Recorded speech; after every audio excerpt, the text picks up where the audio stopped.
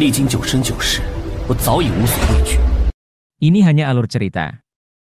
Dan jika suka alur ceritanya, mohon tidak lupa untuk di-subscribe dan di-like, terima kasih. Langsung saja ke alur ceritanya. Saat matahari terbenam hari itu, mereka akhirnya tiba di ibu kota Kekaisaran Yunnan. Perjalanan panjang ini melelahkan, tetapi di saat yang sama, mereka bahagia. Gerak! Gerak! Cepat minggir! Di luar gerbang kota, sekelompok penunggang kuda berderap dengan kecepatan tinggi. Mereka menunggangi kuda api, binatang buas yang gagah dan kuat. Dengan bendera berkibar, mereka menerobos kerumunan tanpa peduli, menyebabkan kepanikan. Namun, melihat lambang di bendera itu, para penjaga kota memilih diam dan membiarkan mereka lewat. Seorang rekrutan muda tidak bisa menahan amarahnya dan ingin menghentikan mereka. Namun, seorang veteran dengan cepat menahannya. Apa kamu gila? Itu adalah pasukan keluarga Lan. Itu adalah putra ketiga keluarga Lan, Lan Xiao Xiao. Mendengar ini, rekrutan itu langsung pucat pasi. Lan Xiao Xiao, putra ketiga keluarga Lan, seorang pria arogan dan kejam. Menyinggungnya sama saja dengan mencari mati. Namun, saat itu juga, mata rekrutan itu melebar kaget. Dari kejauhan, sebuah kereta yang ditarik oleh seekor sapi hijau melaju dengan kecepatan tinggi. Kereta itu sedang menuju langsung ke gerbang kota. Dan yang lebih mengejutkan, pemuda yang mengendarai kereta itu sama sekali tidak menunjukkan niat untuk menghindar. Bahkan sapi hijau itu pun tak ragu untuk tetap melaju lurus ke depan. Habis sudah. Siapa yang sebodoh itu berani menantang Tuan Muda Lan? Kita semua akan celaka. Veteran itu segera mencoba menghentikan kereta sapi.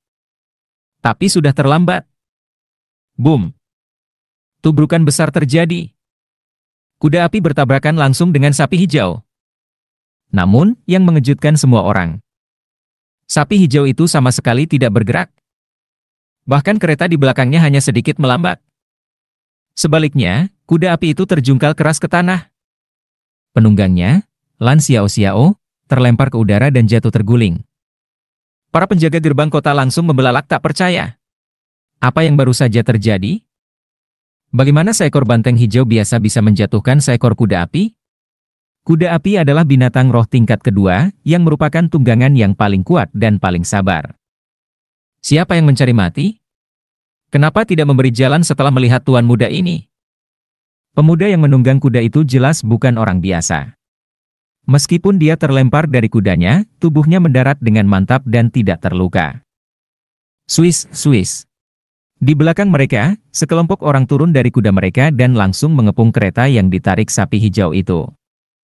Saat itu, puluhan orang menunjukkan aura pembunuh yang sangat menakutkan, semuanya adalah ahli di ranah lingtai. Pemuda itu menepuk tubuhnya, mengenakan pedang di pinggangnya, menyebarkan aura ganas. Melihat pemandangan ini, Pak Tua Pincang menepuk Xiao Qing. Hehe, Tuan, maaf, sapi ini agak keras kepala, jadi aku tidak bisa menahan diri, sungguh minta maaf. Pak Tua Pincang itu membungkukkan badan dan tersenyum, namun, aku rasa tadi, Tuan Muda melaju sangat cepat. Kita berdua salah. Untungnya, Tuan Muda tidak terluka, jadi mari kita lupakan saja ya. Melupakan? Pemuda itu langsung tersenyum. Apakah kamu bahkan tidak bertanya? Kapan aku, Lan Xiao Xiao, menyelesaikan masalah dengan orang lain di kota awan biru ini? Lan Xiao Xiao mengejek dan berkata, kakek, kamu telah mengejutkan tungganganku, tahukah kamu sedang mencari mati? Segera setelah kata-kata ini keluar, senyum di wajah Pak Tua Pincang itu langsung menghilang. Xiao Qing sangat bersemangat tadi dan terbawa suasana, tapi Lan Xiao Xiao ini juga sangat cepat, kalau tidak, kejadian ini tidak akan pernah terjadi. Itulah sebabnya, karena kedua belah pihak melaju dengan cepat, dan aku pun sudah meminta maaf, meskipun kedua belah pihak yang salah, tapi pemuda ini masih juga mempermasalahkannya. Lalu, apa yang kamu inginkan? Pak Tua Pincang itu berkata dengan wajah dingin saat ini. Apa yang aku inginkan? Lan Xiao Xiao tertawa, menatap para pengawal di sekelilingnya, dan mengejek, orang tua ini bertanya apa yang aku inginkan? Aku ingin kamu, bajingan tua, berlutut dan memohon ampun kepada tuan muda ini. Dan tuanmu keluar, berlutut juga untuk memohon ampun. Jika perempuan, aku tidak peduli. Tapi jika laki-laki, setelah berlutut dan memohon ampun, tetap akan kubunuh. Begitu kata-kata ini keluar, wajah Pak Tua Pincang itu langsung menjadi dingin. Bajingan! Begitu kata-kata itu jatuh, sosok si Pak Tua Pincang melesat cepat dan menampar Lan Xiao Xiao secara langsung. Plak! Tamparan itu keras. Wajah Lan Xiao Xiao langsung membekas merah, beberapa giginya berhamburan keluar. Semburan darah keluar dari mulutnya, bercampur dengan beberapa gigi yang patah. Lan Xiao Xiao tertegun seketika. Gigiku patah. Lan Xiao Xiao terpaku, bergumam tak jelas. Pak Tua Pincang itu mendengus, lalu berkata, kalau kamu tahu cara menghormati yang tua dan menyayangi yang muda, hidupmu bisa lebih panjang. Begitu kata-kata ini keluar, Lan Xiao Xiao langsung mengamuk. Bunuh dia. Bunuh orang tua ini. Bunuh semua orang di dalam kereta itu. Lan Xiao Xiao, beraninya kamu. Begitu kata-kata itu keluar, suara wanita tajam terdengar dari dalam kereta. Tirai kereta terbuka, dan dua sosok wanita cantik melangkah keluar, berdiri di depan kereta, menatap ke depan. Yang satu terlihat polos dan menawan, sementara yang lain dingin dan angkuh seperti salju. Kemunculan mereka berdua langsung membuat orang-orang di sekitar terpana, dengan mata yang dipenuhi kejutan dan keterkejutan. Wanita-wanita ini memang luar biasa. Yang mulia. Begitu melihat Yun Xuanger, Lan Xiao Xiao langsung terkejut. Yang mulia, kenapa Anda ada di sini?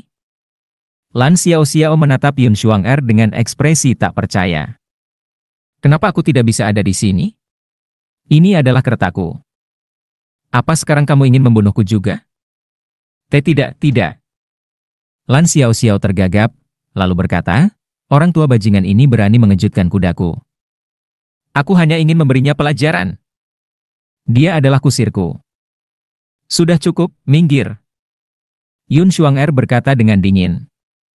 Minggir? Hati Lan Xiao Xiao menegang, dan nada suaranya berubah. Yang mulia. Lan Xiao Xiao berkata dengan nada dingin, meskipun Anda seorang putri, aku adalah putra ketiga dari keluarga Lan. Kereta Anda mengganggu kudaku, dan orang tua ini bahkan menyerang dan melukaiku. Anda harus memberiku penjelasan tentang masalah ini. Begitu kata-kata itu keluar, wajah Yun Xuanger menjadi semakin dingin. Lan Xiao Xiao, beraninya kamu. Berani? Lan Xiao Xiao tertawa sinis dan berkata, setengah dari kekuatan yang menjaga kekaisaran Yunlan berasal dari keluargaku. Ayahku saat ini adalah Raja Mahkota yang ke-9. Aku memanggilmu putri yang mulia hanya karena etika istana. Bahkan jika aku memanggilmu Yun Xuanger sekarang, itu bukan masalah. Kamu. Yun Xuanger, jika ayahku dan ayahmu tahu tentang ini, mereka hanya akan menganggapnya sebagai pertengkaran anak kecil. Lagi pula, kamu belum bisa berlatih kultivasi bukan? Begitu kata-kata ini keluar, wajah Yun Xuanger langsung memerah karena marah. Lan Xiao Xiao, kamu benar-benar keterlaluan. Yun Xuanger meledak dalam kemarahan. Yun Xuanger, masalah ini sebenarnya sepele. Tapi aku, Lan Xiao Xiao, sebagai bangsawan kekaisaran, telah kehilangan gigi. Ini tidak bisa dibiarkan begitu saja. Apa yang kamu inginkan? Yun Xuanger mengernyit. Sederhana, gadis di sebelahmu adalah milikku. Lan Xiao Xiao menatap tubuh lembut Ye Ziking, seolah-olah matanya bisa menembus pakaian tipisnya. Dengan nada panas, ia berkata, gadis ini, serahkan padaku sebagai kompensasi, maka masalah ini selesai. Jika tidak, bahkan jika kamu seorang putri, aku tidak akan membiarkanmu pergi hari ini. Begitu kata-kata itu keluar, suasana di tempat itu tiba-tiba menjadi dingin. Para pengawal yang baru saja bergegas datang langsung menahan napas. Di satu sisi, ada Yun Xuanger, sang putri kekaisaran. Di sisi lain, ada Lan Xiao Xiao, putra ketiga dari keluarga Lan. Mencampuri urusan ini sangat berisiko. Jika salah langkah dan menyinggung salah satu dari mereka, itu adalah jalan menuju kematian. Pelayan pribadiku, kamu berani memintanya. Jika kamu ingin mati, matilah. Ketika suasana menjadi sunyi, suara seorang pria perlahan terdengar dari dalam kereta. Sekarang, keheningan benar-benar menyelimuti sekeliling. Siapa yang begitu berani? Berani mengatakan kata-kata seperti itu? Lan Xiaoxiao adalah putra ketiga keluarga Lan. Keluarga Lan, di seluruh Kekaisaran Yunnan, kedudukannya sejajar dengan keluarga kerajaan Yun. Semua orang tahu bahwa leluhur keluarga Yun dan leluhur keluarga Lan dulunya adalah suami istri. Yun Songfei mendirikan Kekaisaran Yunnan, dan keturunan dari garis Lan Qingqing sejak saat itu semuanya bermarga Lan. Dapat dikatakan bahwa kedua keluarga ini adalah penguasa sejati Kekaisaran Yunnan. Bagus, bagus, bagus sekali. Lan Xiaoxiao menatap Qinyang yang keluar dari kereta dan tertawa keras. Apa kamu berani berbicara seperti itu padaku? Bunuh bocah ini dan kusir tua itu, dan tangkap gadis kecil itu untukku. Lan Xiaoxiao benar-benar marah. Mendengar ini, Qinyang bahkan malas untuk berbicara. Pak Tua Pincang, kenapa kamu hanya berdiri di sana? Qinyang melambaikan tangannya dan berkata, habisi mereka semua. Jangan buang waktu, kita harus masuk ke kota. Baik. Mendengar ini, Pak Tua Pincang itu menangkupkan tangannya dan melangkah maju. Boom. Dengan satu gerakan tangan, energi spiritual meledak di udara, langsung menangkap tubuh Lan Xiaoxiao dan menariknya ke sisi orang tua itu. Merasa kematian mendekat, Lan Xiaoxiao benar-benar panik. Kamu berani membunuhku? Jika kamu membunuhku, kamu tidak akan bisa keluar dari Kekaisaran Yunnan. Lan Xiaoxiao terengah-engah. Aku tidak berencana keluar. Lagi pula ada kereta, kenapa harus keluar? Qinyang melambaikan tangannya, dan dengan satu suara klik, napas kehidupan Lan Xiaoxiao lenyap seketika. Dia mati. Dibunuh secara langsung. Adegan ini membuat semua orang di sekitar benar-benar terpana. Yun Xuanger ingin berbicara, tetapi dia tidak tahu harus berkata apa. Lan Xiaoxiao memang keterlaluan, dia mencari masalah sendiri. Tetapi jika Qinyang membunuhnya begitu saja, keluarga Lan pasti tidak akan tinggal diam. Saat itu, apa yang harus dia lakukan? Qinyang, jangan sampai dia terlibat dalam masalah ini. Tapi sekarang, apakah Qinyang peduli telah membunuh Lan Xiaoxiao? Dia bahkan telah membunuh Lan Tianba dan Lan Yunshan sebelumnya, jadi membunuh Lan Xiaoxiao bukanlah sesuatu yang harus dia pikirkan dua kali. Tetapi keluarga Lan pasti tidak akan membiarkan hal ini.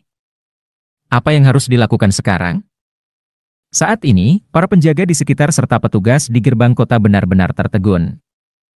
Qinyang menepuk tangannya, menatap sekeliling, dan berkata, Kekaisaran Yunnan, ayo kita masuk dan lihat-lihat. Setelah turun dari kereta, Qinyang berjalan maju dengan tangan di belakang punggungnya, memandang kota besar di depannya tanpa sedikit pun rasa takut. Adegan ini benar-benar mengejutkan semua orang. Apakah pria ini benar-benar tidak peduli? Dia telah membunuh Lan Xiaoxiao, seorang tokoh penting. Tidak mungkin keluarga Lan akan diam saja. Namun saat itu juga, Qinyang membawa Ye Ziqing dan Yun Xuanger masuk ke kota Lanyun. Pak Tua Pincang itu mengikuti di belakang mereka, memimpin kereta perlahan masuk. Begitu keempatnya pergi, keadaan di luar gerbang kota langsung meledak dalam kepanikan. Cepat, cepat. Kenapa kalian masih berdiri di sana? Cepat laporkan ke kepala keluarga. Beritahu tuan muda kedua dan yang lainnya, cepat. Komandan penjaga berteriak, ini benar-benar masalah besar kali ini. Kekacauan pun terjadi. Sementara itu, keempat orang Qinyang telah memasuki kota. Adat istiadat di Kekaisaran Yunnan dan Kekaisaran Beiming sangat berbeda. Jalanan dipenuhi orang-orang yang berlalu lalang, baik pedagang maupun rakyat biasa. Ye Ziqing melihat ke sekeliling dengan senyum langka di wajahnya. Sebaliknya, Yun Xuanger terlihat kebingungan. Apa yang terjadi dengan Xuanger? Qinyang menyentuh kepala Yun Xuanger dan tersenyum. Bukankah hanya Lan Xiaoxiao yang mati? Itu bukan masalah besar, jangan khawatir. Tuan. Yun Xuanger tiba-tiba berkata, Tuan, bisakah Anda mempertimbangkan identitas Xuanger dan tidak menyerang keluarga Yun saya? Begitu kata-kata ini keluar, Qinyang tertegun. Jangan khawatir, aku tidak akan membunuh orang secara sembarangan. Tidak akan membunuh secara sembarangan. Makna dari kata-kata Qinyang sangat jelas. Dia tidak akan membunuh orang secara acak, tetapi jika seseorang seperti Lan Xiaoxiao muncul lagi, dia tidak akan menahan diri sedikit pun. Sebelum datang, Yun Xuanger lebih khawatir tentang keselamatan Qinyang. Dengan temperamen Qinyang, menyinggung keluarga Yun dan keluarga Lan bisa menjadi masalah besar. Namun sepanjang perjalanan, dia tidak tahu kenapa. Justru dia lebih khawatir tentang keluarga kerajaan dan keluarga Lan. Qin Yang tidak pernah melakukan sesuatu yang tidak dia yakini. Karena dia berani datang dan membunuh orang, itu menunjukkan bahwa dia sama sekali tidak takut pada kekaisaran Yunnan. Bahkan jika itu adalah salah satu dari 10 kekaisaran teratas. Di mata Qin Yang, kata takut tampaknya tidak pernah ada. Bahkan sekarang, jika dipikirkan kembali, Qin Yang sengaja membiarkan dirinya ditusuk oleh pedang Lan Yunshan. Tujuannya sangat jelas, yaitu untuk mendapatkan buah kabut biru di awan dari kekaisaran Yunnan. Oke. Jangan terlalu banyak berpikir. 3 hal yang ingin aku lakukan sangat sederhana. Kita akan pergi setelah semuanya selesai. Qin Yang tersenyum ringan dan bertanya lagi, aku sudah sampai di kampung halamanmu, di mana kita akan tinggal?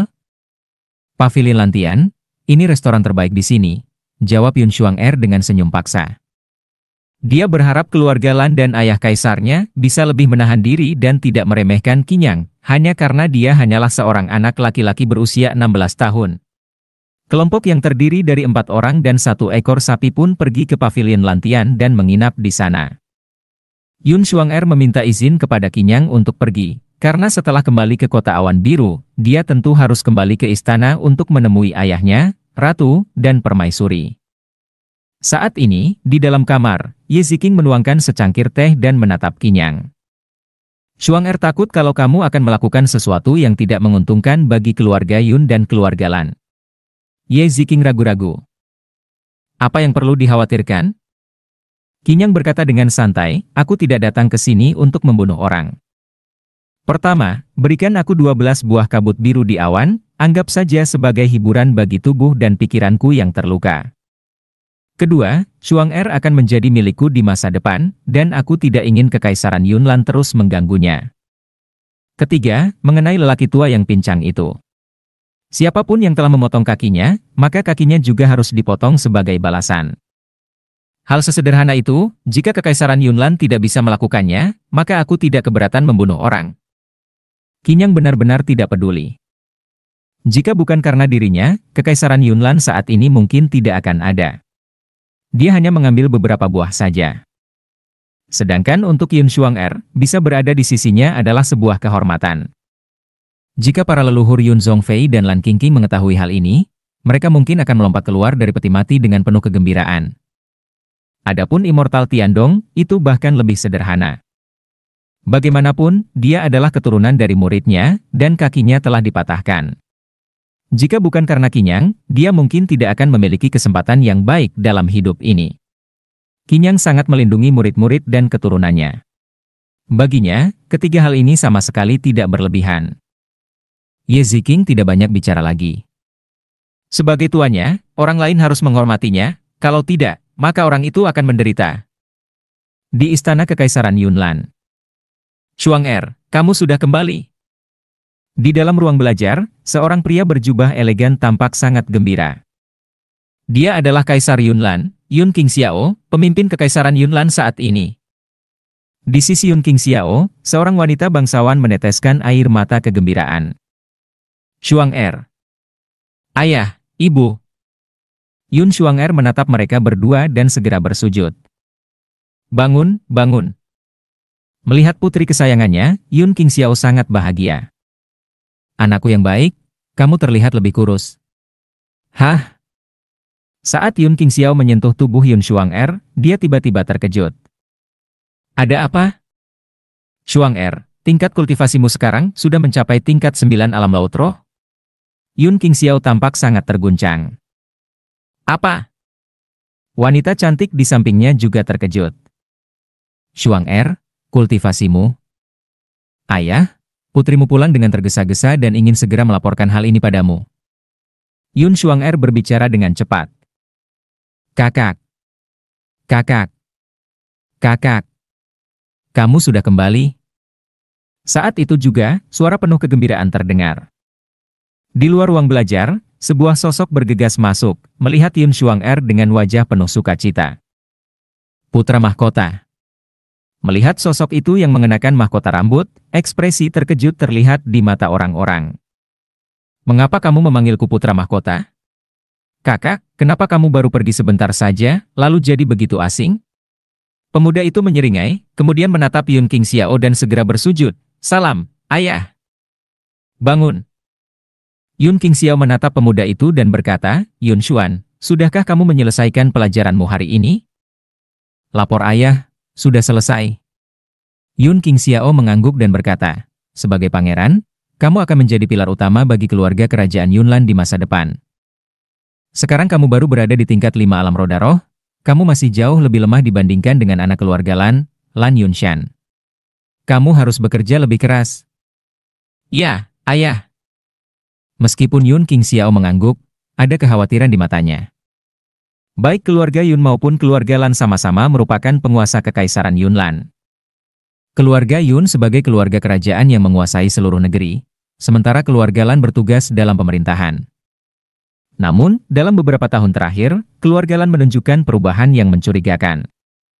Sebagai kaisar yang telah mencapai tingkat pertama alam bela diri bumi, Yun King Xiao masih bisa menekan keluarga Lan. Namun, sebagai putra mahkota, Yun Xuan jauh lebih lemah dibandingkan putra sulung keluarga Lan Yunshan, baik dalam bakat maupun kekuatan. Ini adalah pertanda buruk. Kemungkinan besar, ini akan menjadi ancaman besar di masa depan.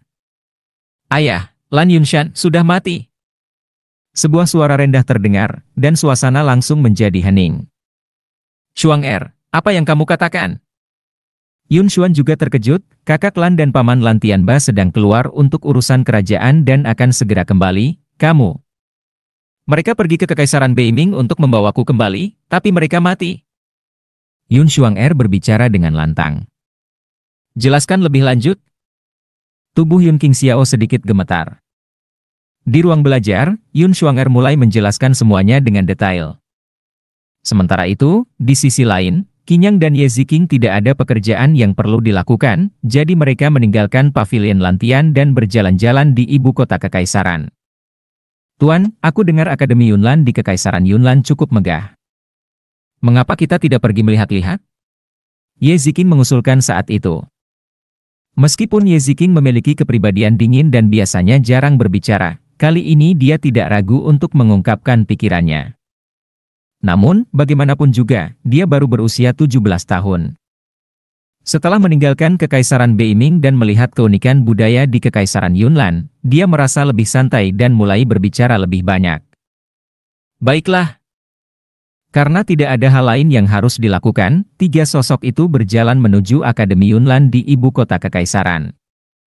Di benua Jiuyo, karena bangkitnya Kekaisaran Beiming dan kejayaan Akademi Dewa, kini di setiap kekaisaran terdapat Akademi Kekaisaran. Akademi ini bertujuan untuk melatih murid-murid jenius berbakat demi kekaisaran, sehingga kekaisaran memiliki kekuatan muda yang stabil. Kekaisaran Yunlan adalah salah satu dari 10 kekaisaran teratas.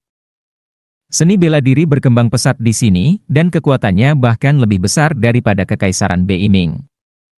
Tiga sosok itu tiba di luar Akademi Kekaisaran Yunlan, menatap gerbang megah dan bangunan-bangunan yang samar-samar terlihat di dalam. Akademi ini memiliki keunikan tersendiri dan memancarkan aura yang mendominasi dunia. Berhenti, berhenti. Saat mereka bertiga hendak memasuki gerbang utama, tiba-tiba terdengar suara seseorang. Qinyang berhenti, dan di belakangnya seorang pria gemuk berbaju abu-abu dengan tatapan tajam melangkah maju dan menatap mereka bertiga.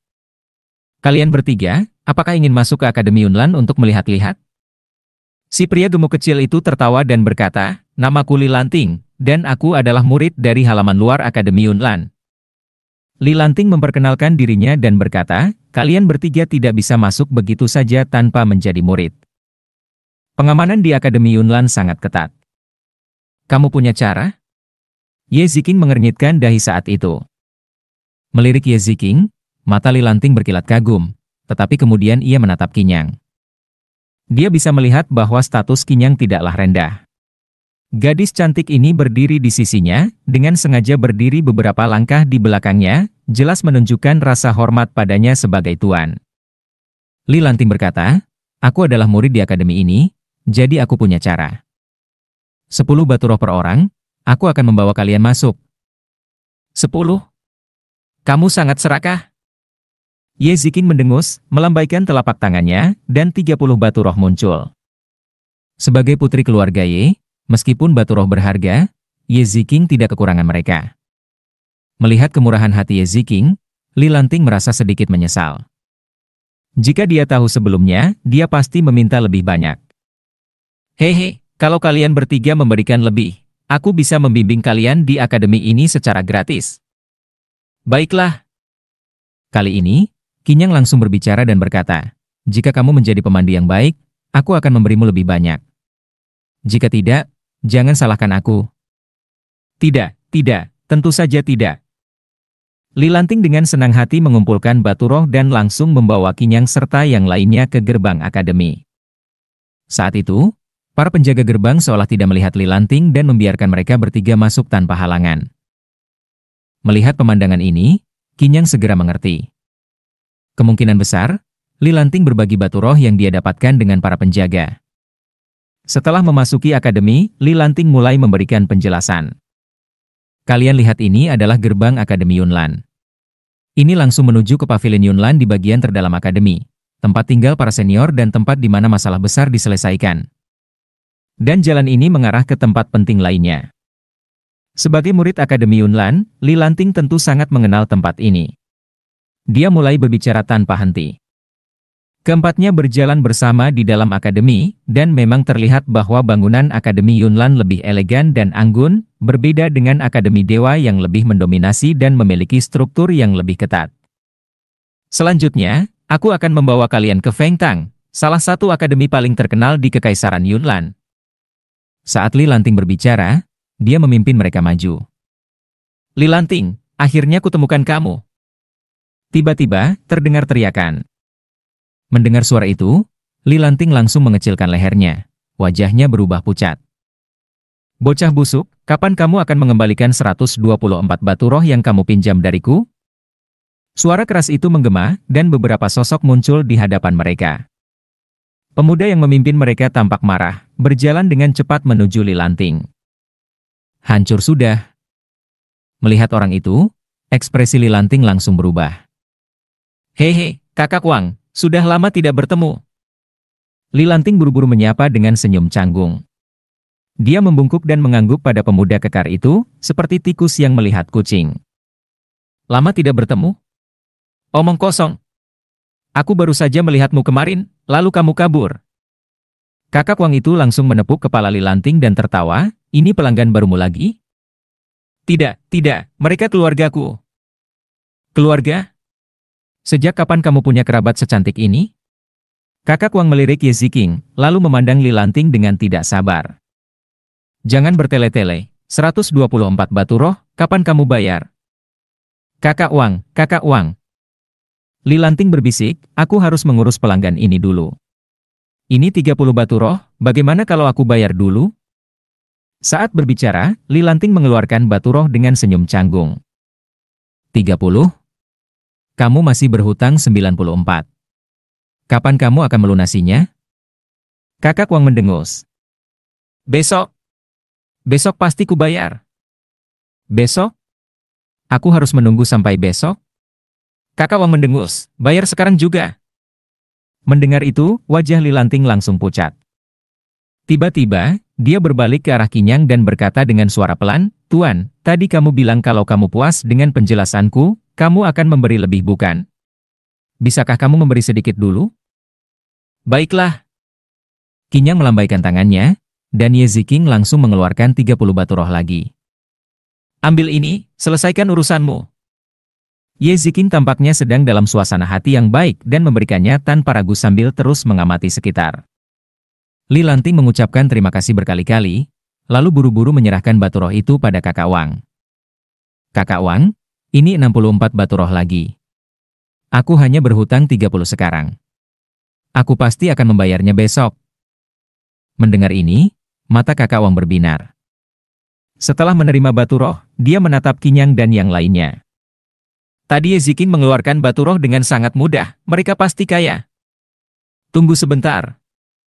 Setelah mendorong Li Lanting ke samping, kakak Wang berjalan mendekati Qinyang dan yang lainnya. Hehe, namaku Wang Chengfeng, murid dari halaman dalam. Li Lanting masih berhutang banyak padaku. Kalian tidak kekurangan uang, bagaimana kalau membantu melunasinya? Wang Chengfeng tertawa sambil menatap Qinyang dan yang lainnya dengan penuh harapan. Tidak tertarik? Qinyang menatapnya dengan dingin dan berkata, itu urusan kalian, jangan seret kami ke dalamnya. Mendengar ini, Wang Chengfeng tercengang. Orang ini sepertinya tidak mudah dihadapi. Bagaimanapun juga, kalian tidak kekurangan batu roh. Kenapa tidak berbuat baik dan membantunya? Wang Chengfeng mencoba membujuk lagi. Pergi. Qinyang langsung mengabaikannya. Orang seperti ini benar-benar tidak tahu malu. Qinyang tidak ada hubungannya dengan Li Lanting. Li Lanting telah menerima batu roh darinya dan membawanya berkeliling Akademi Yunlan. Ini adalah kesepakatan yang adil. Qinyang sudah memberikan batu roh yang dijanjikan, jadi urusannya selesai.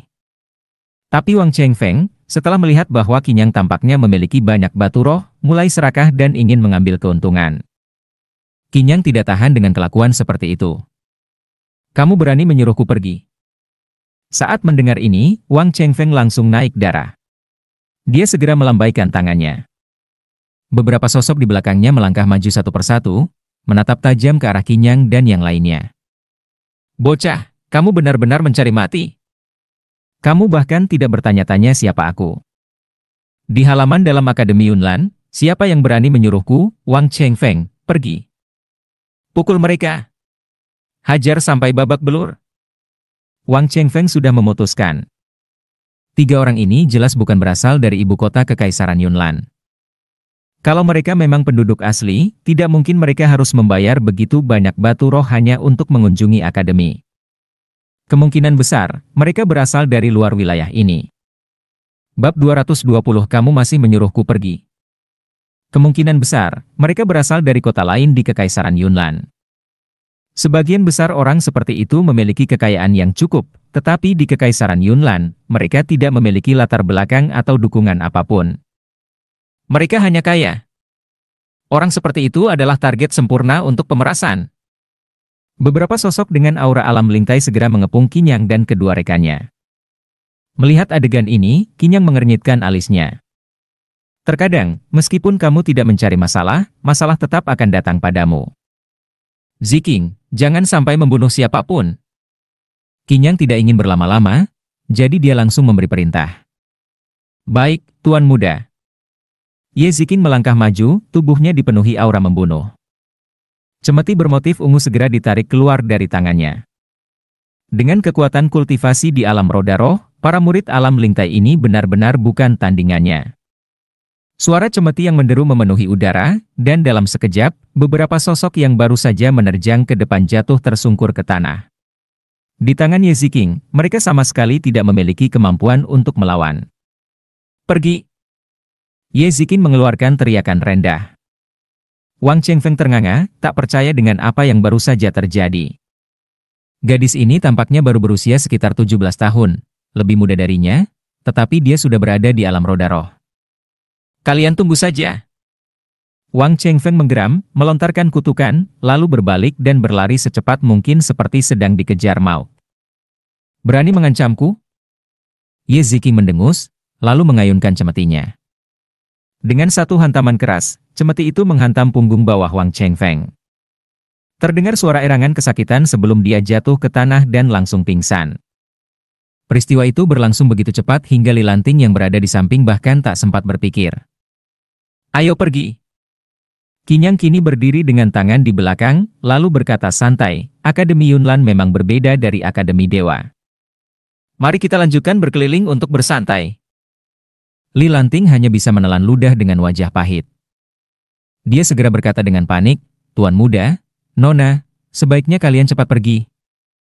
Li Lanting hampir menangis saat berkata, Wang Chengfeng didukung oleh Wang Jiao dari keluarga Wang.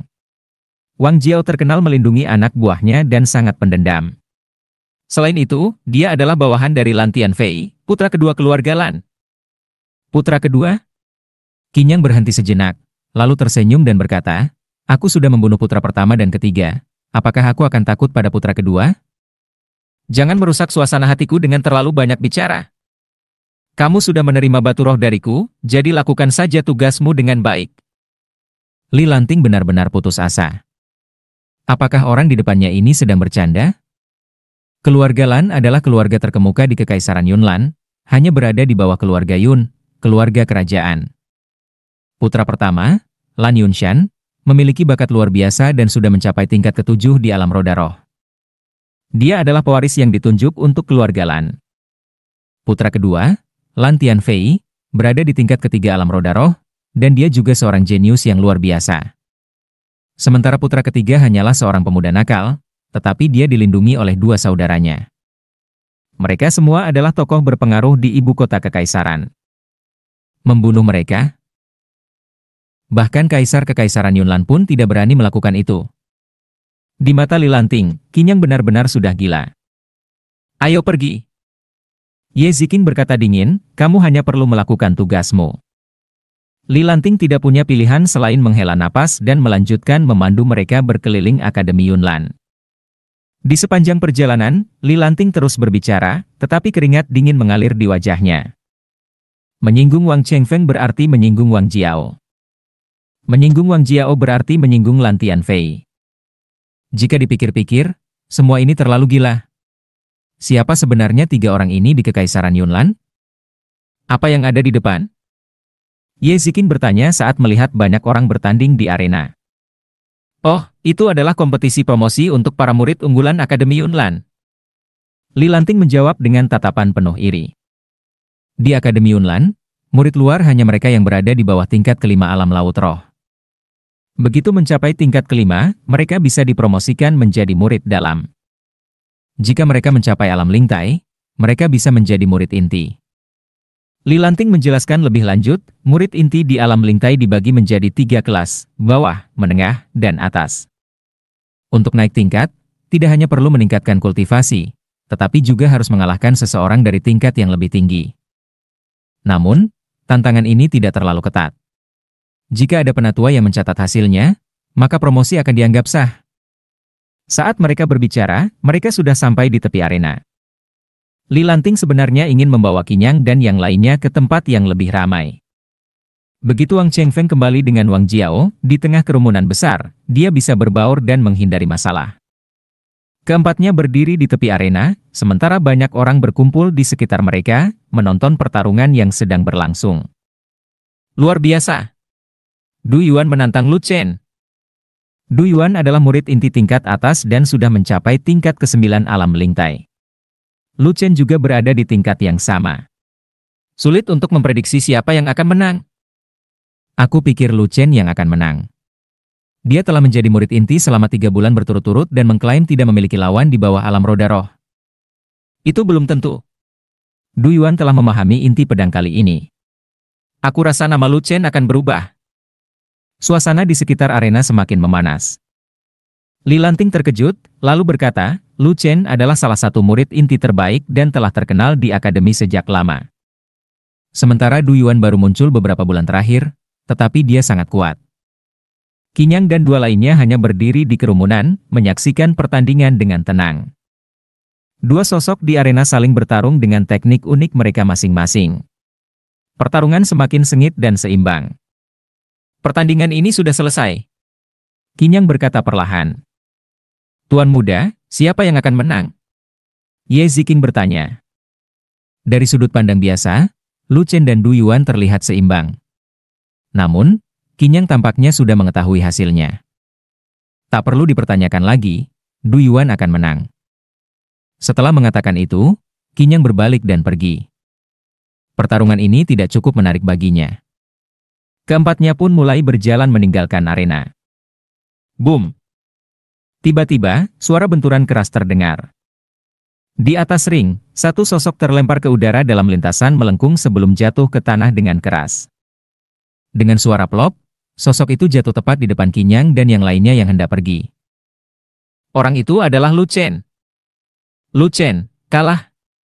Pemandangan ini membuat semua orang yang ada terkejut dan tidak ada suara. Pergi. Pada saat itu, Lu Chen berjuang untuk bangkit dan memandang Qinyang dan yang lainnya. Li Lanting mengangguk dengan rasa kesal, dan buru-buru bersiap untuk menyingkir. Lu Chen yang baru saja kalah dalam ujian pasti marah. Bagaimana berani dia mengganggunya? Ini adalah seorang ahli di level ke-9 di alam Lingtai. Dia hanya berada di level ke-5 di alam Linghai, dan di depannya, dia seperti semut kecil. Namun pada saat itu, Lu Chen menatap dengan serius, melihat 3 sosok di depannya. Li Lanting juga terkejut pada saat itu.